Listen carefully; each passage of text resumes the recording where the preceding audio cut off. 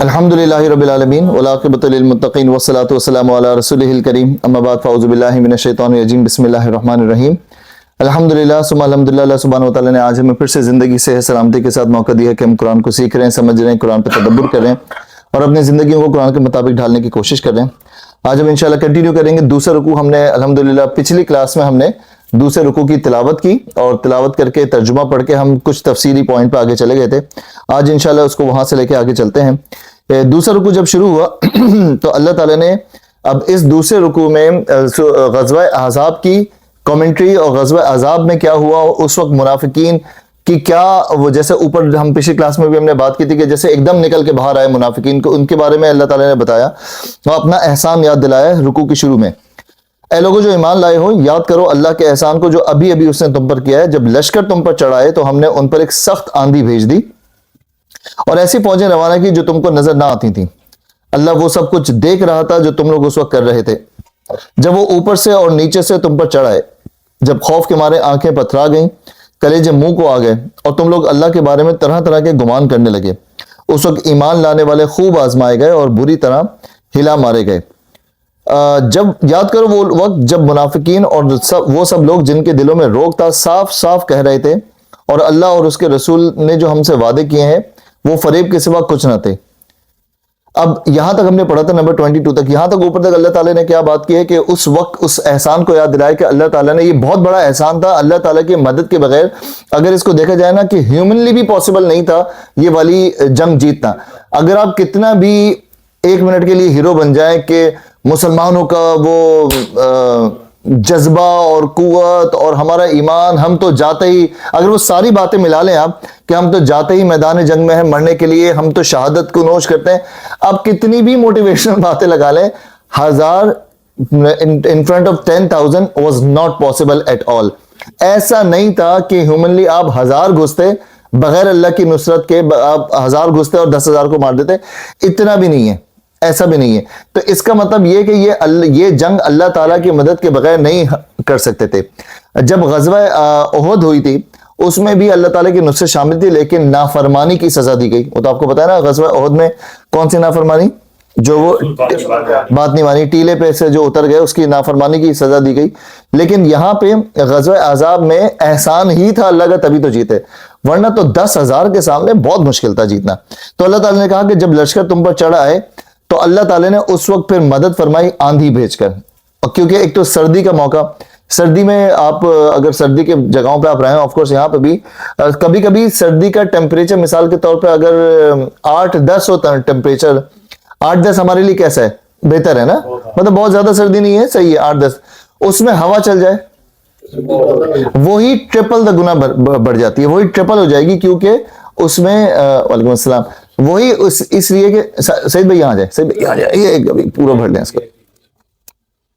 تو اگر ہوا چل جائے تو وہی سردی کی نوعیت جو ہے وہ بڑھ جاتی، ایون کہ ابھی آپ یہاں پہ 15-16 ٹیمپریچر بھی لے جائیں اور بہت تیز ہوا چل جائے، ہوا ملٹیپلائی کر دیتی ہے اس کی شدت کو۔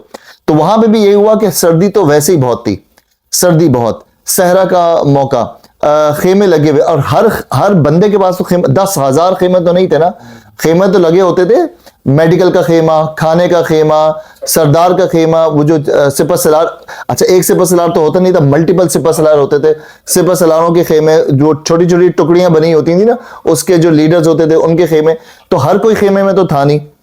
تو اس وقت یہ جو آندھی بھیجی گئی یہ بہت ہی زیادہ فائدہ مند ہوئی، اور اس آندھی نے اللہ تعالیٰ کی بھیجی ہوئی اس مدد نے ان کو اڑا کر رکھ دیا۔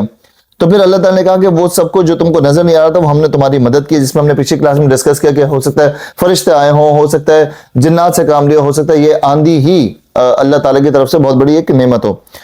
پھر جب خوف کے مارے آنکھیں پترا گئیں، کلیجے منہ کو آ گئے۔